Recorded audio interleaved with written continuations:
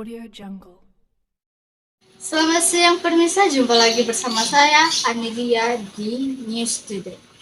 Isu hari ini berkaitan dengan dunia pendidikan yaitu literasi. Rekan kami Tifa akan melaporkan langsung dari lokasi yaitu di SMA N3 Padang. Oke, baik pemirsa, sekarang kita sudah bersama Miss Ayu dari SMA 3 Padang.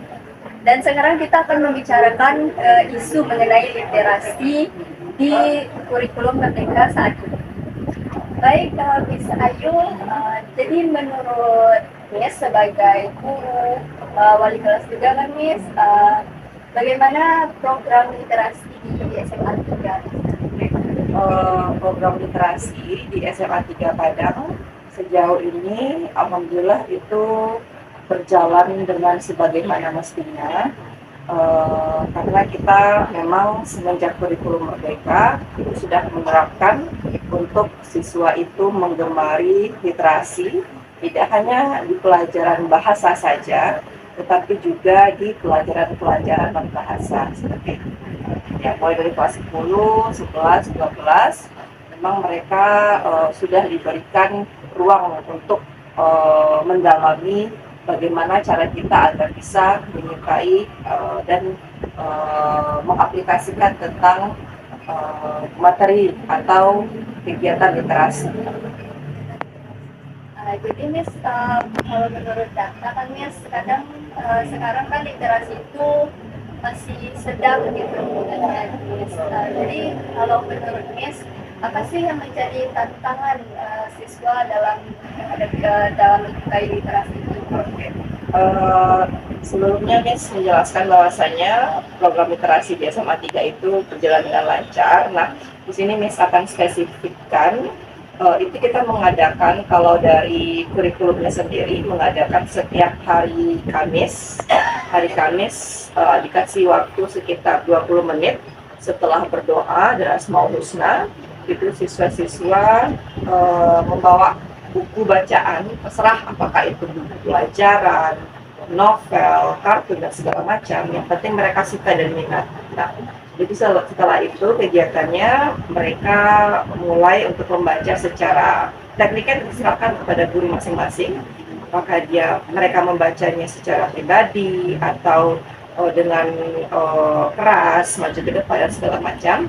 Dan nanti mereka akan membuat intisarinya dari buku tersebut, lalu mereka tampilkan ke depan. Dan itu dilakukan setiap hari Kamis seminggu sekali. Nah, tantangan literasi terhadap kegiatan ini sebenarnya itu tidak ada. Namun, untuk beberapa kasus seperti kelas 12 khususnya, mereka itu kan sekarang sedang menghadapi fase yang akan menempuh pendidikan perguruan tinggi. Nah, otomatis mereka akan mempersiapkan mental dan juga pengetahuan mereka, terutama untuk soal-soal, lebih kepada soal-soal literasi untuk PBK, mandiri dan segala macam. Dan mungkin di situ kendala mereka kurang memahami kosakata yang terdapat di dalam teks tersebut. Nah, jadi intinya di sini adalah bagaimana pengetahuan mereka dan juga daya minat mereka untuk membaca itu masih kurang. Ya. Nah, jadi kalau menurut Miss, bagaimana nih tipsnya supaya literasi ini berjalan lancar terus dari generasi ke generasi? Berdasarkan pengalaman beberapa komunitas yang ada di SMA 3, nah, untuk literasi supaya dia berjalan lancar, otomatis kita harus, yang pertama itu aturannya harus kuat. Nah ya, kalau aturannya kuat, otomatis program yang kita jalankan akan sesuai dengan yang sudah ditetapkan. Yang pertama. Nah, yang kedua, literasi ini kan apalagi sekarang di era teknologi ini tidak hanya dikhususkan untuk literasi dalam media cetak. Nah, kita juga bisa menerapkan dalam e-book gitu ya, atau bisa jadi mereka membacanya dari HP atau menggunakan aplikasi dan segala macam. Jadi mereka tidak bosan dan mereka mungkin akan menjadikan itu sebagai habits-nya. Kalau kita bisa menekankan dua hal tersebut kepada siswa. Jadi tips ini nantinya yang akan kita gunain Ya. untuk menerapkan literasi ini biar terus berjalan lancar, karena literasi itu sangat penting ya Miss ya. Oke, sekian pemirsa, bersama saya Sakifa, kembali lagi ke studio.